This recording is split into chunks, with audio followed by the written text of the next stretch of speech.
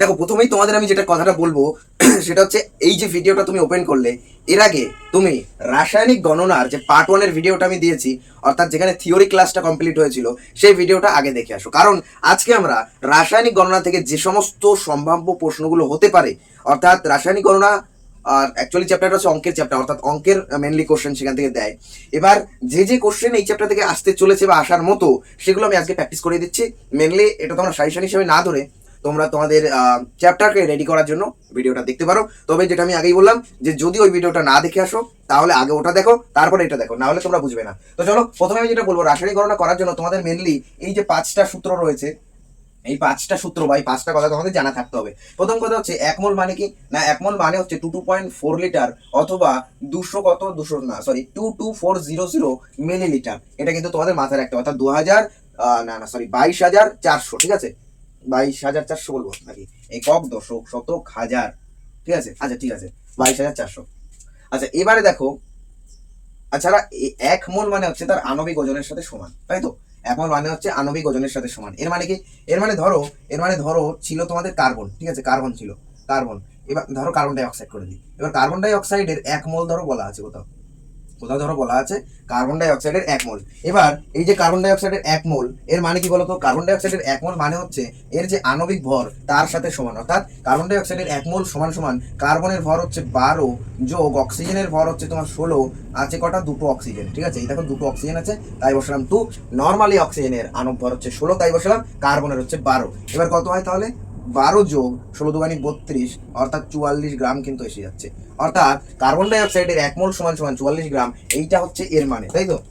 এইটা হচ্ছে এর মানে, অর্থাৎ এত, এই যে এর মানে এক মোল সমান সমান তার আণবিক ওজনের সাথে সেটা সমান হবে, অর্থাৎ কার্বন ডাই অক্সাইডের এক মোল মানে হচ্ছে 44 গ্রাম, ঠিক আছে?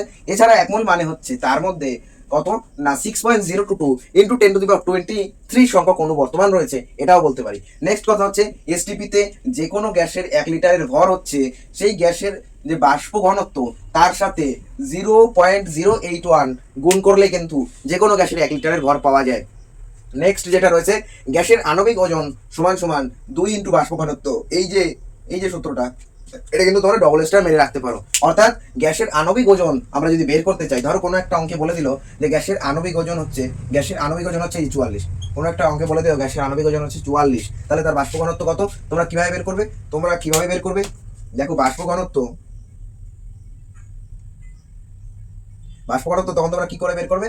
যে না, এই যে আণবিক ওজন কত? 44 বাই 2 করে দেবে, কারণ এই দুইটা এই পাশে আসলে ভাগে চলে আসবে, সেখান থেকে 22, ঠিক আছে? 22 হয়ে যাবে তোমাদের কি বলতো? বাষ্প ঘনত্ব। বোঝা গেল নাকি যায়নি? দেখো কি করলাম আমি, আণবিক ওজন যদি 44 বলা থাকে, এই আণবিক ওজনের জায়গায় আমরা 44 বসাবো, এবং বাষ্প ঘনত্ব সমান সমান, তাহলে এই যে টুটা এর নিচে চলে আসবে ভাগাকারে, এই যে ভাগাকারে চলে আসলো, হয়ে গেল 22। এইভাবে কিন্তু তোমরা এই অঙ্কগুলো সলভ করতে পারবে। আর একটা সূত্র দেখো, তোমাদের আগের ইউনিটে ছিল, যেটা হচ্ছে গ্যাসের আচরণ চ্যাপ্টার থেকে, P1V1/T1 is equals to P2V2/T2। এই সূত্রটা তোমাদের হালকা জানা থাকতে হবে। এছাড়া প্রমাণ ঘনত্ব ইজ ইকুয়ালস টু বাষ্প ঘনত্ব ইন্টু 0.089, এটাও কিন্তু তোমরা খেয়াল রেখো, ঠিক আছে? এটা তোমরা খেয়াল রেখো। আর এখান থেকে আমি একটা জিনিস বলেছিলাম, যে দেখো এখানেও বাষ্প ঘনত্ব আছে, এখানেও বাষ্প ঘনত্ব আছে, এখানে যে মানটা দেওয়া আছে, এখানে যে সংখ্যা মানটা দেওয়া আছে, অর্থাৎ যে কোনো গ্যাসের 1 লিটারের ভর হচ্ছে তার প্রমাণ ঘনত্বের সাথে সমান। এখান থেকে এটা তোমরা কিন্তু বলতে পারো, অর্থাৎ যে কোনো গ্যাসের এসটিপিতে 1 লিটারের যেটা ভর হবে সেটা হচ্ছে তার প্রমাণ ঘনত্ব। বোঝা গেল? এটা প্রমাণ ঘনত্বের সংজ্ঞা হিসেবেও রাখতে পারো। এই যে কটা জিনিস লিখলাম, এই কটা জিনিস স্ক্রিনশট করে নিতে পারো, কারণ এখান থেকেই তোমাদের মেনলি রাসায়নিক গণনার অঙ্কগুলো সলভ হয়ে যাবে, ঠিক আছে? তো মুছে দিচ্ছি আমি। এবারে আমরা চলে আসবো সরাসরি অঙ্কগুলোতে, যে অঙ্কগুলো রাসায়নিক গণনা থেকে ভেরি ভেরি ইম্পর্টেন্ট অঙ্ক হিসাবে বিবেচিত হয়েছে। সেক্ষেত্রে দেখো, প্রথম অঙ্ক যেটা রয়েছে, প্রথম অঙ্ক, ঠিক আছে? আমি এক্সাম্পল 1 হিসাবে লিখছি, এইভাবে লিখছি। দেখো অঙ্ক যেটা বলছে যে 24 গ্রাম O2 প্রস্তুত করতে, 24 গ্রাম O2 প্রস্তুত করতে কত গ্রাম, আমি গ্রাম ইয়েতে লিখি, কত গ্রাম পটাশিয়াম ক্লোরেট, পটাশিয়াম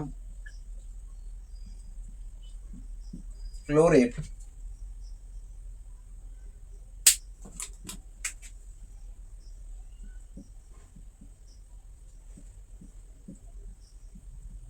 প্রয়োজন হবে। দেখো এটা হচ্ছে ফার্স্ট কোশ্চেন, বলছে 24 গ্রাম অক্সিজেন প্রস্তুত করতে কত গ্রাম পটাশিয়াম ক্লোরেটের প্রয়োজন হবে, এটা প্রথম প্রশ্ন। চলো প্রশ্নটা সলভ করব, আস্তে আস্তে আগাবো, তোমাদের ধীরে ধীরে আমি এই কোশ্চেনটার দিকে আগাবো, ভালোভাবে বোঝার চেষ্টা করবে, ঠিক আছে।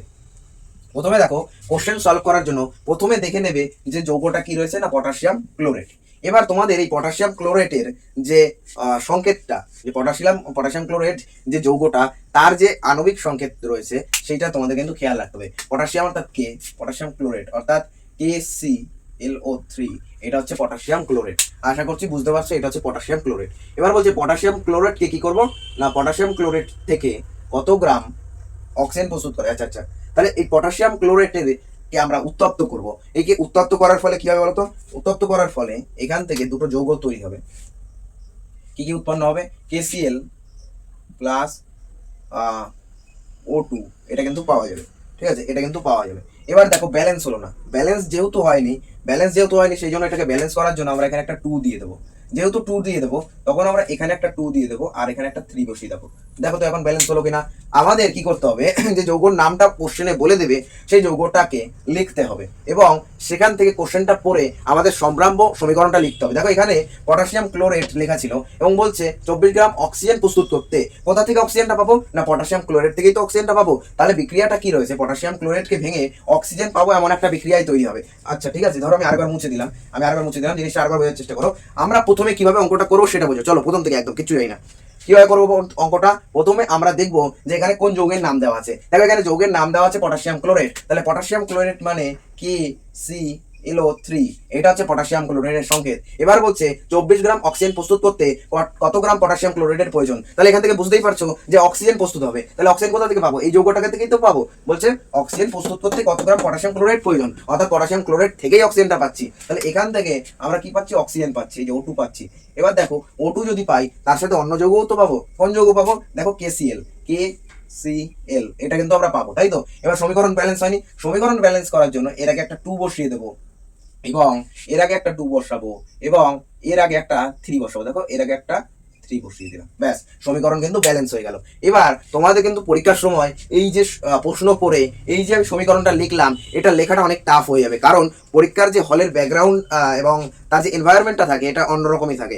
তখন সেক্ষেত্রে তোমরা যদি ভাবো যে এটা আমি প্রশ্ন পড়ে নিয়ে বুঝে লিখতে যাব, তখন একটুখানি তোমার ব্রেনকে বেশি প্রেশার দিতে হবে, যে কারণে সেটা একটু মুশকিল হয়ে যাবে। তাই আমি যেটা বলবো, এটা হয়তো অনেকে বলবে যে না তোমরা কি করবে, প্রশ্ন দেখে তৈরি করার চেষ্টা করবে, কিন্তু প্রকৃতপক্ষে সেই যে এনভায়রনমেন্টটা পরীক্ষার হলে থাকে সেটা প্রশ্ন বুঝে এই সমীকরণটা লেখার মতো পরিবেশ থাকে না। কারণ একদিকে সময় নিয়ে খেলা করতে হয়, সেই সাথে না পারার একটা বেদনা থাকে যে না আমি অমুক কোশ্চেনটা ছেড়েছি, ওইটা আমাদের করতে হবে।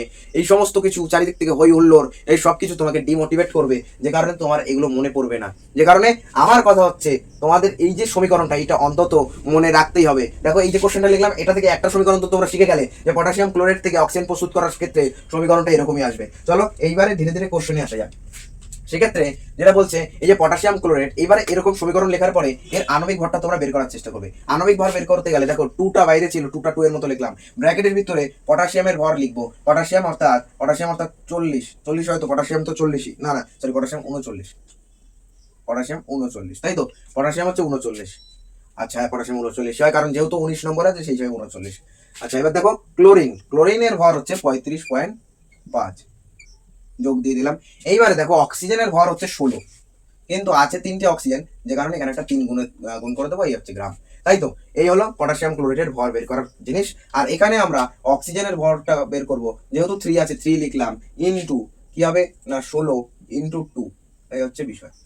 যেহেতু 16 হচ্ছে অক্সিজেনের ভর, আছে 2টো আর আগে আছে 3, সেই হিসাবে এইভাবে আমরা লিখতে পারি। এবার এখান থেকে আমরা যদি ভর বের করি, তাহলে সেক্ষেত্রে দেখো সেক্ষেত্রে হিসাব করে কত আসছে দেখে নি, 245 গ্রাম কিন্তু আসে। তোমরা বাড়িতে এগুলো ক্যালকুলেট করবে, আমি ঠিক করছি না, ঠিক আছে, বাড়িতে এগুলো ক্যালকুলেট করে দেখবে ঠিক করছি, তোমরা প্রসেসটা বোঝার চেষ্টা করো। আর এটা কোন করলে কত আসে না, এটা কোন করলে সাধারণত ক্যালকুলেটর করলে আসে 69 গ্রাম, ঠিক আছে। এই যে তাহলে এদিককার ভর দাঁড়ালো এই যে, এদিককার ভর দাঁড়ালো এই যে। এবার চলো এবার চলো, যেহেতু এটা ফার্স্ট অঙ্ক, আবার ভালোভাবে প্রথম থেকে ধরে ধরে বোঝাতে হচ্ছে। পরের অঙ্কগুলো তোমাদের এতটা ভালোভাবে বোঝানোর দরকার হবে না, কারণ তোমরা অনেকটাই আইডিয়া পেয়ে যাবে। তাহলে এর ভরটা কেন বের করলাম? কারণ এর ভরটা বের করার কারণ হচ্ছে কত গ্রাম পটাশিয়াম ক্লোরাইডের প্রয়োজন সেটা জানতে চেয়েছে। এবার যাকে জানতে চেয়েছে তার ভরটা আমরা বের করে নেব। আর এখানে কোশ্চেনে যার ভরটা বলে দেওয়া আছে, দেখো 24 গ্রাম অক্সিজেনের ভর যেহেতু বলে দিয়েছে, তাই অক্সিজেনের ভরটা আমরা বের করে নেব। এবার কোশ্চেনটাকে সেট আপ করবো। দেখো এখানে কার মান জানতে চাইছে? না, পটাশিয়াম ক্লোরাইডের গ্রামের মান জানতে চাইছে। তাহলে পটাশিয়াম ক্লোরাইডকে আমরা এই পাশে রাখবো, অর্থাৎ ডান পাশে রাখবো পটাশিয়াম ক্লোরাইডকে। দেখো আমরা পটাশিয়াম ক্লোরাইডের ভর কত পাচ্ছি, যে 200, এই যে 245 গ্রাম।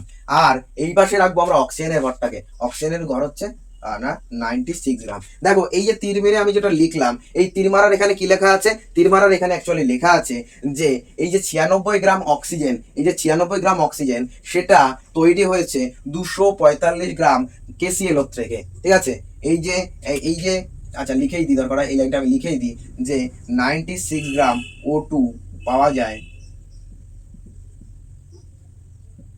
কোথা থেকে? না, এই যে 245 গ্রাম KClO3 থেকে পাওয়া যায়। ঠিক আছে, এই লাইনটা কিন্তু তোমরা বুঝে গেলে। এবারে দেখো, এবারে প্রশ্ন তোমাদের চাইছে যে 24 গ্রাম অক্সিজেন প্রস্তুত করতে কত গ্রাম লাগবে। তাহলে এখানে আমরা 24 গ্রামের একটা কেসটা বের করবো।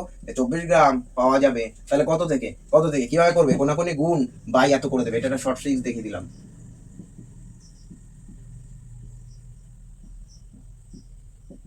তাহলে কি করতে হবে অ্যাকচুয়ালি, যদি তোমরা তো সাধারণত জানো যে এই যে ভরটা, এর ভর যদি বাড়ে তাহলে এর ভর বাড়বে, কারণ তোমরা প্রত্যেকে জানো যে এদিককার ভর যদি বাড়ে তাহলে ওই দিককার ভর বাড়ে, আবার ওই দিককার ভর বাড়ে মানে এদিককার ভর অবভিয়াসলি বাড়ছে। তাহলে অ্যাকচুয়ালি পরস্পর সমানুপাতিক আছে। যখন এরকম চলে তখন আমরা কোনাকানি গুণ বাই এটা করতে পারি। ঠিক আছে, এটা ছোটবেলার একটা পদ্ধতি। যাই হোক, এমনি তোমরা এই যে 1 গ্রামে তাহলে পাওয়া যায় কত সেটা বের করতে পারবে, তারপর 24 গ্রামে কত সেটাও ওইভাবে করতে পারবে, অসুবিধা নেই, ওগুলো ভাবার দরকার নেই। তাই তো 24 গ্রামে এইটা পাবো। তাহলে এর মান কত আসবে? না, এর মান যতদূর আমি দেখতে পাচ্ছি, এর মান আসবে এর মান যেটা আসবে 61.25 গ্রাম।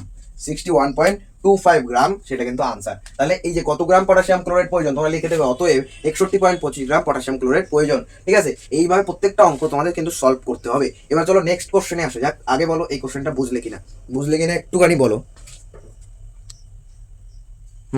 তাহলে সেক্ষেত্রে আমার কিন্তু সুবিধা হবে। চলো আরেকবার আমি কোশ্চেনটা বোঝানোর চেষ্টা করছি যে 24 গ্রাম অক্সিজেন প্রস্তুত করতে কত গ্রাম পটাশিয়াম ক্লোরাইডের প্রয়োজন হয়ে থাকে।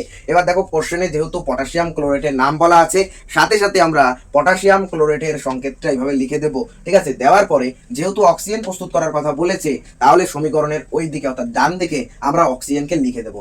অক্সিজেন লিখে দেওয়ার পরে বাকি যে যৌগটা পড়ে রয়েছে, এই যৌগের মধ্যে বাকি যে মৌলগুলো পড়ে রয়েছে তাদেরকে বসিয়ে একটা যৌগ তৈরি করবো। দেখো KCl যেহেতু পড়েছিল, তাই KCl কে বসিয়ে এখানে একটা যৌগ তৈরি করে নিলাম। এবার সমীকরণটাকে ব্যালেন্স করে দিলাম। ব্যালেন্স করার পরে আমরা KClO3 এর ভর বের করলাম, আর এখান থেকে অক্সিজেনের ভর বের করলাম। কেন বের করলাম? কারণ এখানে পটাশিয়াম ক্লোরাইড বা KClO3 এর ভর জানতে চেয়েছিল কত গ্রাম, তাই এই জন্য এর ভর বের করলাম। আর কোশ্চেনে অক্সিজেনের ভর বলে দেওয়া ছিল, তাই অক্সিজেনের ভর বের করলাম। বের করার পরে কি লিখলাম? না, এই যে এত গ্রাম অক্সিজেন আমরা পাচ্ছি এত গ্রাম থেকে, তাই বসালাম।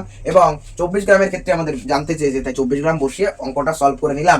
এবারে KCl এর মান কেন বের করলাম না? কারণ কোশ্চেনে কোথাও ওর দরকার পড়েনি। যদি দরকার পড়তো তাহলে KCl এর মানও আমরা বের করে নিতাম। যদি কোশ্চেনে বলে দিত যে 24 গ্রাম KCl প্রস্তুত করতে কত গ্রাম পটাশিয়াম ক্লোরাইড প্রয়োজন, তাহলে সেক্ষেত্রে এর মানটা বের করার চেষ্টা করতাম। বোঝা গেল নাকি যায়নি? আই থিঙ্ক বোঝা গেছে। চলো পরের কোশ্চেনে আসা যাক। পরের কোশ্চেন আরো দ্রুত সলভ করার চেষ্টা করব। আমি যেগুলো করছি এগুলো তোমরা খাতায় নোট ডাউন করতে থাকো, নাহলে মুশকিল হয়ে যাবে। ঠিক আছে, নেক্সট কোশ্চেন যেটা আছে চলো তাড়াতাড়ি করি। এক্সাম্পল 2 এখানে যেটা বলছে 32.75 গ্রাম কি আছে? জিঙ্ক। জেনে লিখে দিই, জিঙ্ক এর সঙ্গে, তাই তো, এত গ্রাম জিঙ্কের সঙ্গে পর্যাপ্ত পরিমাণ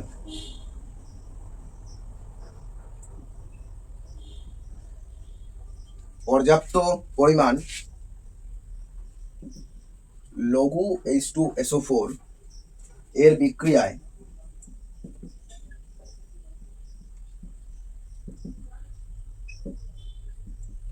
কত গ্রাম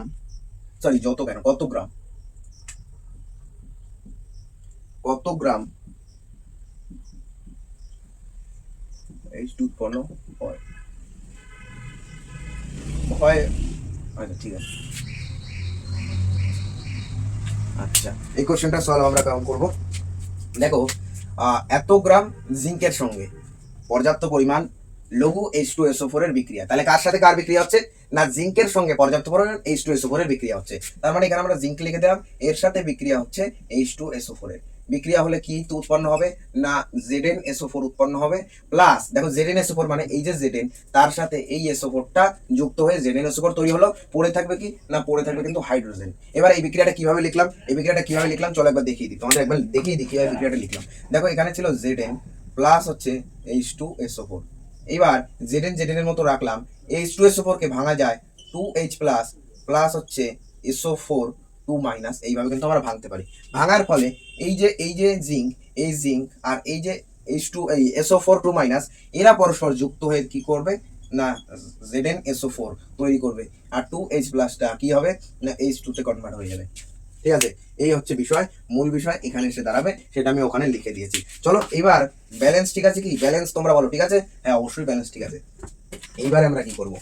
এইবারে আমরা দেখো জিঙ্কের ভর কোশ্চেনে বলে দেওয়া আছে, তার মানে জিঙ্কের ভরটা সমীকরণ থেকে বের করে নেব। দেখো জিঙ্কের ভর হচ্ছে 65.5, আই থিঙ্ক 65.5, দেখা যাক। হ্যাঁ 65.5, ঠিক আছে। আর পর্যাপ্ত পরিমাণ H2 লঘু H2 বিক্রিয়ায় কত গ্রাম H2 উৎপন্ন হবে? তাহলে কত গ্রাম H2 উৎপন্ন হবে যেহেতু বলেছে, তাহলে H2 এর ভরটা বের করবো। দেখো H2 এর ভর সাধারণত এখান থেকে আমরা দেখলেই বুঝতে পারছি 2 গ্রাম, তাই তো? এখান থেকে H2 এর ভর হচ্ছে 2 গ্রাম, ঠিক আছে। এবার চলো এই লেখাটাকে আর আমি না লিখে একবারেই আমি বলে দিতে পারি যে না দেখো কত গ্রাম H2 উৎপন্ন হবে। তার মানে এই যে আমি যে তীর মারলাম তার এই পাশে রাখবো কত গ্রামটাকে, মানে কত গ্রাম কার? হাইড্রোজেনের। তাহলে হাইড্রোজেনের ভরটা আমি লিখবো তীরের এই পাশে, আর এই পাশে কত লিখবো? না এই পাশে লিখবো যার ডাটাটা আকর্ষণে দেওয়া আছে 65.5 গ্রাম। এবার তোমরা বলবে যে এইভাবে কি আমরা পরীক্ষার সময় তীর মারবো? না, আমি যে আগের বারে যেমন লাইনটা লিখেছিলাম ঠিক সেইভাবেই লিখবে। আমি এটা সময় সাশ্রয় করার জন্য এইভাবে লিখছি। এবার একের জন্য কত, চলো আমি তোমাদের কত করেই করাই। একের জন্য কত? না একের জন্য বের করতে গেলে আমরা কি করব? ভাগ করে দেবো, অর্থাৎ 2 ভাগ 65.5 গ্রাম। আর কোশ্চেনে বলে দেওয়া আছে এত গ্রামের জন্য, অর্থাৎ 32.75 গ্রামের জন্য কত?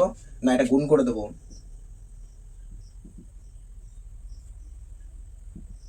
এই যে এর মান যতদূর সম্ভব। আচ্ছা আচ্ছা আচ্ছা, এটা কেটে যাচ্ছে, এটা দেখো 2 দিয়ে কেটে যায়, এটা 2 দিয়ে কেটে যায়।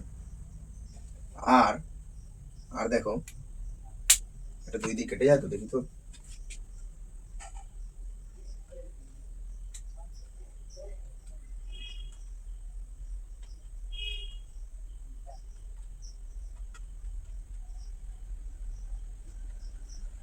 হ্যাঁ এটা কিন্তু তোমাদের 2 দিয়ে কেটে যাচ্ছে।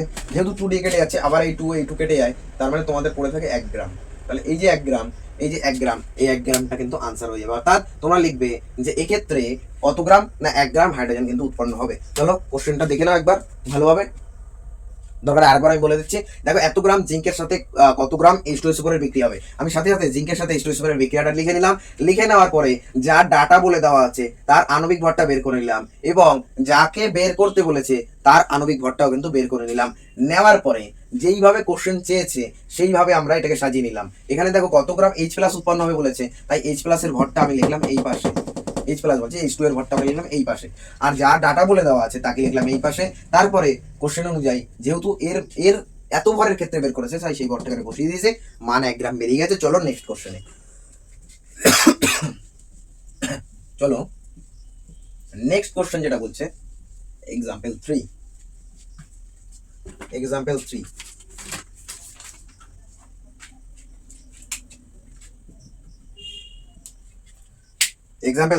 এক্সাম্পল 3 এর ক্ষেত্রে বলছে লোহিত তত্ত্ব আয়রনের ওপর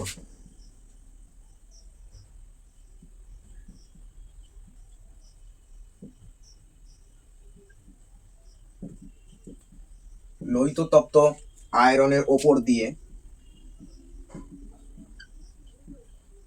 স্টিম চালনা করে 2 মোল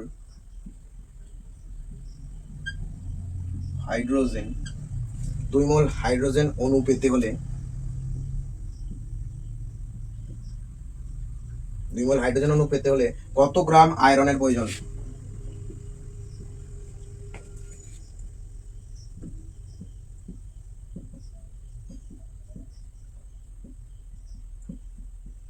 ঠিক আছে, এই হচ্ছে তোমাদের কোশ্চেন। এবার কোশ্চেনটা সলভ করতে হবে কিভাবে, দেখো কোশ্চেনটা সলভ করবো কিভাবে, দেখো এখানে বলছে লোহিত তপ্ত আয়রন। এবার লোহিত তপ্ত আয়রনের উপর দিয়ে স্টিম চালানো। আয়রন মানে কি, এই যে আয়রন মানে কি, আয়রন মানে হচ্ছে এফির কথা হচ্ছে, লোহা, লোহাই তো আয়রন। এই যে এফি অর্থাৎ লোহা, এর উপর দিয়ে স্টিম চালনা করলে, দেখো স্টিম, স্টিম মানে কি বলতো, স্টিম মানে H2SO4, H2SO4 বলছি, H2, স্টিম হচ্ছে H2 অর্থাৎ বাষ্পর কথা বলছে, বাষ্প। ঠিক আছে, বাষ্প দিয়ে দিলাম। এখান থেকে তাহলে কি উৎপন্ন হয় বলতো, FeH2O অর্থাৎ Fe2O3, Fe2O3 প্লাস হচ্ছে H2, এটা কিন্তু উৎপন্ন হবে। হ্যাঁ না, Fe2 না, Fe3O4।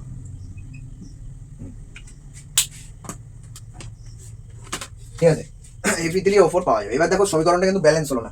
সমীকরণটাকে ব্যালেন্স করার জন্য আমরা কি করতে পারি, এখানে একটা 3 যুক্ত করে দিতে পারি। আর হাইড্রোজেন হাইড্রোজেন, ঠিক আছে, অক্সিজেনটা মেলেনি, অক্সিজেন যেহেতু 4 লাগবে, এখানে একটা 4 দিয়ে দিতে পারি। তাহলে সেক্ষেত্রে এখানে আবার একটা 4 আমাদের যুক্ত করে দিতে হবে। দেখি, হ্যাঁ হ্যাঁ হ্যাঁ, ঠিক আছে ঠিক আছে, একদম ঠিক আছে। এই হচ্ছে সমীকরণটা আমি সলভ করে নিলাম। চলো বারবার রিপিট করবো না, এখনই বলে দিই যে লোহিত তত্ত্ব আয়রন ছিল, এফি বসিয়ে দিলাম, এফি আয়রন হচ্ছে এফি, আর স্টিম ছিল অর্থাৎ জল, তাহলে সেখানে জল বসিয়ে দিলাম। সমীকরণটা এইভাবে ব্যালেন্স করে ঠিকঠাক করে নিলাম। এই যে সমীকরণটা আমি লিখলাম, এটা কিন্তু তোমরা মুখস্থ করে নেবে। এরপরে যেটা বলছে যে চালনা করে 2 মোল হাইড্রোজেন অণু পেতে, তাহলে 2 মোল হাইড্রোজেন অর্থাৎ হাইড্রোজেনের উপর কাজ করতে হবে। তাহলে দেখো 2 মোল হাইড্রোজেন, এটা যেহেতু মোলে কাজ করছে এরা, তাহলে আমরাও এখানে মোলেই দেখবো, এখানে ভর বের করবো না। এখানে এখানে দেখো কি রয়েছে না, 4H2O, তার মানে দেখো এটাই হয়ে যাবে এর মোল। কিভাবে হয় দেখো, কোনো কিছু সামনে যদি থাকে কিছু, তাহলে এইটাই এর মোল হয়ে যায়। ধরো এখানে 3CH4 রয়েছে, তাহলে এইটাই হয়ে যাবে এর মোল। ধরো কারো ক্ষেত্রে ধরো রয়েছে মিথেন, হ্যাঁ মিথেন নয়, অ্যামোনিয়া, অ্যামোনিয়া যদি কারোর ক্ষেত্রে থাকে, এর সামনে যদি 5 থাকে, তাহলে এটা হয়ে যাবে এর মোল। অর্থাৎ এটা 5 মোল, এটা 3 মোল, এটা 4 মোল। ঠিক আছে, তাহলে সেক্ষেত্রে ওইটা হয়ে যাচ্ছে 2 মোল, তাই তো, এটা 2 মোল হয়ে যাচ্ছে। এবার এবার দেখো, তাহলে 2 মোল হাইড্রোজেন অণু পেতে হলে কত গ্রাম আয়রনের প্রয়োজন। তাহলে আয়রনের গ্রামটা চেয়েছে, তার মানে এই আয়রনের ভরটা আমরা বের করে নেবো। আয়রনের ভর 3 ইন্টু, যেহেতু 3 রয়েছে তাই 3 ইন্টু, আর আয়রনের আণবিক ভর কোশ্চেনে হয়তো বলে দেওয়া আছে, আয়রনের আণবিক ভর সেটা হচ্ছে তোমাদের 56 গ্রাম। ঠিক আছে, আয়রনের 56, তাহলে এখানে আমরা 56 বসিয়ে দেবো। এই হচ্ছে বিষয়, এই হচ্ছে বিষয়। এবারে দেখো কোশ্চেন যেভাবে সাজানো আছে, 2 মোল বলে দিয়েছে, তাহলে আমরা মোলের জিনিসটাকে এইদিকে রাখবো, তাহলে 4 মোল।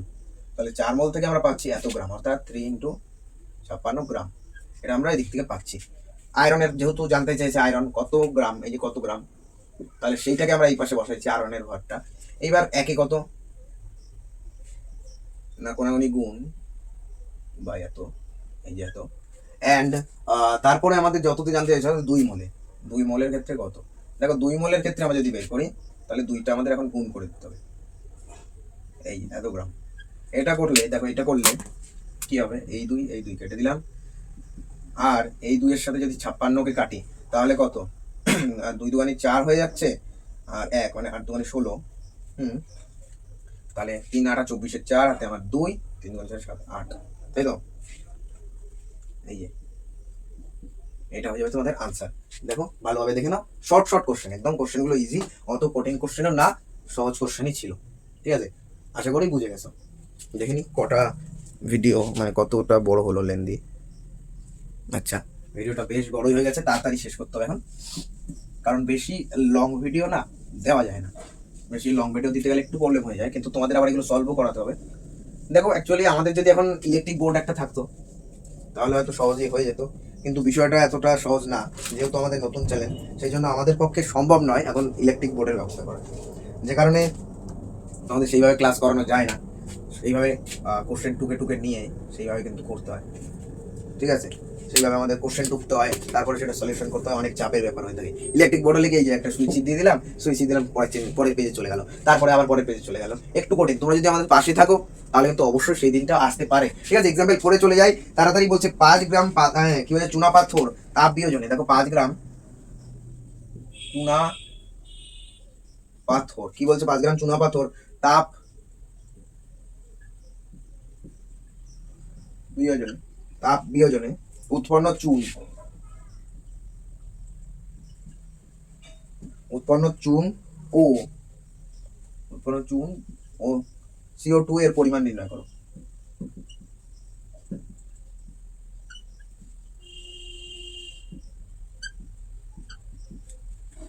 এই হচ্ছে কোশ্চেন, ঠিক আছে? কোশ্চেন হচ্ছে এটাই, এত শর্ট একটা কোশ্চেন, অনেক সহজ কোশ্চেন। চলো এটা করে দিই। এক্ষেত্রে যেটা বলছে দেখো দেখো 5 গ্রাম চুনা পাথর, তাহলে চুনা পাথরের সংকেত আমাদের এট ফার্স্ট লিখে নিতে হবে, ঠিক আছে? আর সেটা কিন্তু 5 গ্রাম রয়েছে। চুনা পাথর বলতে এক্ষেত্রে CaCO3 কথাই বোঝাচ্ছে, ঠিক আছে? এই যে চুনা পাথর CaCO3 তাপ বিয়োজন মানে কি? এটাকে আমরা হিট করব, এটা হচ্ছে হিট চিহ্ন, হিট প্রডিউস করা। তাহলে এটাকে যদি আমরা হিট দিই তাহলে সেক্ষেত্রে কি পাওয়া যাবে বলো তো? এটাকে হিট দিলে CaO প্লাস CO2 এটা কিন্তু পাওয়া যাবে। দেখো ব্যালেন্স করাই হয়ে গেল। তাহলে এর বিয়োজনে উৎপন্ন চুন, তাহলে কতটা চুন, এটা হচ্ছে চুন।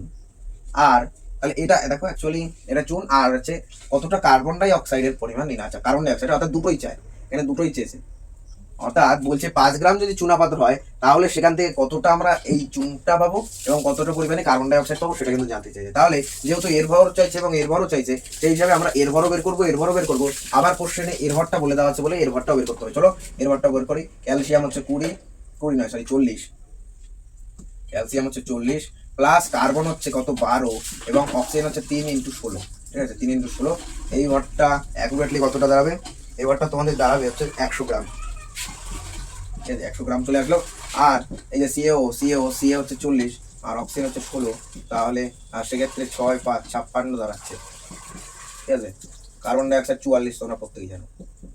এই হলো বিষয়। তাহলে 44 হলো একটা, একটা হলো 56, একটা হলো 100। এবার চলো এখান থেকে করা যাক।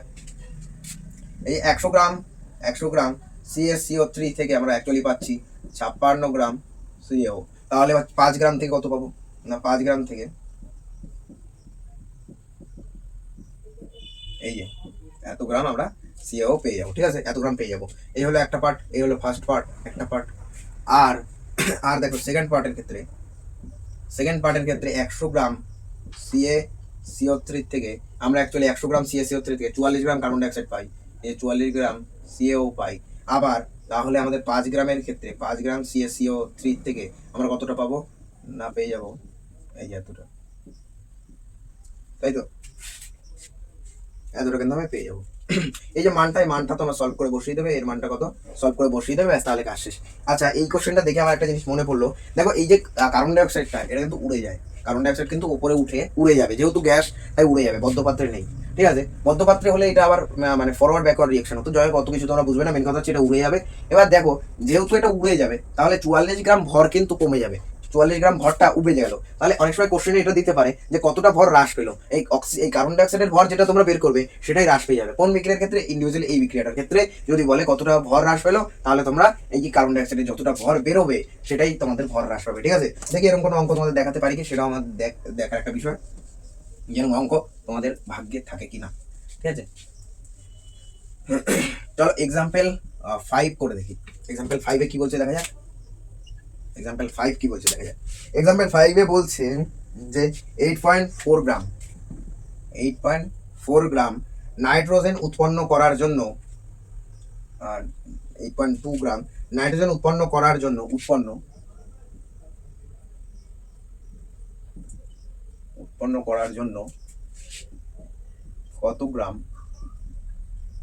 কত গ্রাম কি আছে, কত গ্রাম অ্যামোনিয়াম নাইট্রেট উত্তপ্ত করতে হবে। দেখো অ্যামোনিয়াম নাইট্রেটের সঙ্গে একবারে লিখে দিই, অ্যামোনিয়াম নাইট্রেট NH4NO3 কে উত্তপ্ত করতে হবে। নাকি? হ্যাঁ ওই উত্তপ্ত করতে হবে, ঠিক আছে? চলো অত দরকার নেই, কোশ্চেন আমি শর্টে লিখে দিচ্ছি যাতে অসুবিধা না হয়। দেখো কোশ্চেনে কিন্তু এই যে সংকেত এটা কিন্তু বলবে না, এখানে অ্যামোনিয়াম নাইট্রেট লিখবে, তাও আমি করে দিলাম যাতে কোশ্চেনটা সহজ দেখায়। তো চলো নাইট্রোজেনের সাথে অ্যামোনিয়াম নাইট্রেটের যে বিষয়টা সেটা বুঝে নিই আগে। দেখো এদের কিন্তু পরস্পর বিক্রিয়া করবো না, এক্ষেত্রে বলছে নাইট্রোজেন উৎপন্ন করার জন্য কত গ্রাম অ্যামোনিয়াম নাইট্রেটকে উত্তপ্ত করতে হবে। এবার উত্তপ্ত করার বিষয়টা তোমরা ভালোভাবেই জানো, কি করতে হয়? এই যে অ্যামোনিয়াম নাইট্রেটটাকে আমরা কি করলাম, অ্যামোনিয়াম নাইট্রেটটাকে আমরা লিখে দেবো, অ্যামোনিয়াম নাইট্রেটটাকে আমরা লিখে দেওয়ার পরে এটাকে তাপ দিচ্ছি ডেল্টা দিয়ে, এই চিহ্নটা দিয়ে তাপ দিলাম। তাপ দেওয়ার ফলে কি উৎপন্ন হবে? তাপ দেওয়ার ফলে NH4, তাপ দেওয়ার ফলে কি উৎপন্ন হবে? আচ্ছা N2। কারণ দেখো এই যে নাইট্রোজেন উৎপন্ন হবে বলেছিল, নাইট্রোজেন উৎপন্ন হবে, তাহলে নাইট্রোজেন উৎপন্ন হবে যেহেতু, তাই নাইট্রোজেন লিখে দিলাম। আর বাকি কি পড়ে আছে? বাকি দেখো পড়ে আছে যেহেতু নাইট্রোজেন পেয়ে গেলাম, আর তোমাদের জল পড়ে থাকবে, জল পড়ে থাকবে, তাই তো? জল পড়ে থাকবে। দেখো ভালোভাবে দেখলে বুঝতে পারবে যে এখান থেকে আমি নাইট্রোজেন যেহেতু বের করতে হবে, এই যে তাই নাইট্রোজেনটা আমি বের করে দিলাম। দেখো নাইট্রোজেন দুটো ছিল, একটা নাইট্রোজেন একটা নাইট্রোজেন, তাহলে নাইট্রোজেন বের করে দিলাম। আর দেখো জল পড়ে রয়েছে, মানে কি হাইড্রোজেন আর অক্সিজেন রয়েছে। এবার হাইড্রোজেন অক্সিজেন মানে কি হতে পারে, জল হতে পারে, তাই জল লিখে দিলাম। কিন্তু এখানে 2 দিলে তাহলে জিনিসটা ব্যালেন্স হচ্ছে, কারণ হাইড্রোজেন ছিল 4টে, অক্সিজেন ছিল 2টো, এটা গুণ করলে 4টে হাইড্রোজেন হয় আর 2টো অক্সিজেন হয়। এবার চলো যা বলছে যে এত গ্রাম নাইট্রোজেন উৎপন্ন করার জন্য কত গ্রাম এই যে জিনিসটা অর্থাৎ অ্যামোনিয়াম নাইট্রেট সেটা প্রয়োজন হবে, তাই তো। এবার এবার দেখো এই যে এর ভরটা বের করতে হবে, কারণ কত গ্রাম এত উত্তপ্ত করতে হবে বলেছে যেহেতু, তাহলে এর ভরটা কিন্তু আমাদের বের করতে অবশ্যই হবে।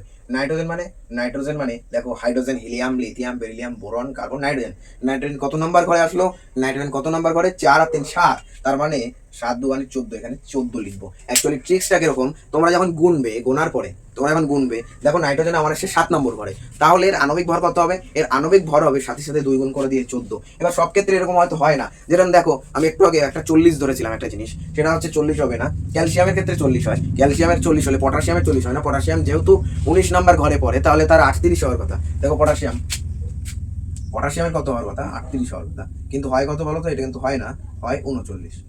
কারণ দেখো এই অ্যাকচুয়ালি পরে কত নম্বর ঘরে, পটাশিয়াম অ্যাকচুয়ালি পরে 19 নাম্বার ঘরে, তাহলে 19 দুগানি কত, 8 9 দুগানি 18, 8 তোমার 1 3 1 3, এই 2 1 2 1 3, এই 38, তাহলে 38 হওয়ার কথা, কিন্তু 38 অ্যাকচুয়ালি হয় না, হয় কত 39। তাহলে দু একটা ব্যতিক্রম রয়েছে, কিন্তু অধিকাংশটাই এইভাবে বসাতে পারো, অসুবিধা নেই। তাহলে সেক্ষেত্রে নাইট্রোজেনের ক্ষেত্রে 14 বসালাম, হাইড্রোজেনের হচ্ছে 4, তোমরা প্রত্যেকেই জানো। আবার এই নাইট্রোজেনটা ছিল, তাহলে তো এখানে একটা 2 গুণ হয়ে যাবে, অর্থাৎ 14 দুগানি 28 হয়ে যাবে। আর আর অক্সিজেন ছিল, অক্সিজেন তোমার যেমন 16 আর 2 ছিল, তার মানে হচ্ছে 32 এত গ্রাম। তাহলে এর ভরটা কত দাঁড়াচ্ছে, এর ভরটা তোমার দাঁড়াচ্ছে 64 গ্রাম। আর কার মান বের করবো, আর নাইট্রোজেনের মান বের করবো, কারণ নাইট্রোজেনের ভরটা বলে দেওয়া আছে। নাইট্রোজেনের ভর কত তোমরা প্রত্যেকে একটু আগে দেখলে, নাইট্রোজেন হচ্ছে 7 দুগানি 14 হয়, আর এখানে যেহেতু দুটো নাইট্রোজেন আছে তার মানে 2 into 14, তার মানে হচ্ছে 28 গ্রাম, তাই তো। এবার এটাই আমরা লিখবো, দেখো যার মান জানতে চেয়েছে যত গ্রাম এত, তাহলে একে আমরা তীর চিহ্নের এই পাশে লিখবো, তার মানে 64 গ্রাম লিখবো NH4 NO2। আর এই দিকটায় আমরা কাদের মান লিখবো, নাইট্রোজেনের মানটা লিখবো, 28 গ্রাম নাইট্রোজেন, তাই তো, এই লিখে দিলাম। তাহলে এবার একের জন্য কত, এই যে একের জন্য এত, আর এই যে কোশ্চেনে বলে দেওয়া আছে 8.4 গ্রামের জন্য কত, সেটা আমরা বের করে নেবো। 64 ইন্টু 8.4 বাই 28 গ্রাম, তাহলে এইটা হয়ে যাবে। এটার মানটা তোমরা বাড়িতে বের করে নেবে, বের করে যেটা বেরোবে সেটা হচ্ছে আনসার। আমি আনসারটাও তোমাদের বলে দিচ্ছি, এটার আনসার হয়ে যাবে 19.2 গ্রাম, 19.2 গ্রাম হয়ে যাবে। আচ্ছা ঠিক আছে, এই যে অঙ্কটা একটু ভালোভাবে মনোযোগ সহকারে দেখে নাও। আচ্ছা, আশা করছি এই যে আজকে যতটুকু দেখালাম তোমরা বুঝে গেছো। আমার ইচ্ছা ছিল আরো অঙ্ক দেখানোর, কিন্তু কি করব, সময়ের অভাব, সময় বেশি নেই, দরকার নেই। আমি দরকার আর একটা পার্টে তোমাদের এই চ্যাপ্টারে যতগুলো অঙ্ক আছে সেটা সলভ করে দেবো। এই পার্টটায় তোমরা যতটুকু দেখলে বুঝতে পারলে কি অবশ্যই কমেন্ট করে জানিও, কারণ তাহলে আমি বুঝতে পারবো যে না আমি যেভাবে শেখাচ্ছি তোমাদের সহজ লাগছে। অন্য টিচাররা কি করে, তারা টিচার হিসাবে তোমাদের শেখায় যে তোমরা সব জানো, বা অ্যাকচুয়ালি টিচাররা অন্যরকম ভাবেই শেখায়, ঠিক আছে, যাতে সে অন্যরকমই, মানে সে যতটুকু জানে হয়তো সে ভেবে নেয় যে তোমরাও সেটা জানো, কিন্তু আমার এটা মনে হয় যে তোমরাও কিছু জানো না, আমিও কিছু জানি না, সেই হিসাবে আমি শেখাই। যে তোমরা কিছু জানো না আমার প্রথম থেকে বোঝাতে হবে, এবং আমিও কিছু জানি না, তোমাদের সাথে শিখছি, সেই হিসাবে আমি শেখাতে চেষ্টা করি। আশা করছি আজকে যতটুকু বুঝিয়েছি বুঝতে পেরেছো, না বুঝলে কমেন্ট করে জানিও। আর পরের পার্টটা আমি বাকি পুরোটা সলভ করে দেবো, যেটা বললাম যে ভর কমে যায় CSCO ত্রিকৃত, ওই অঙ্কটা দেখাবো। ঠিক আছে, তো চলো আজ এই পর্যন্তই রাখলাম, ভালো থেকো সবাই। পরের পার্টে আমি একটা সলভ করে দেবো, তারপরে আমি একটা নতুন চ্যাপ্টার শুরু করবো। চলো টাটা।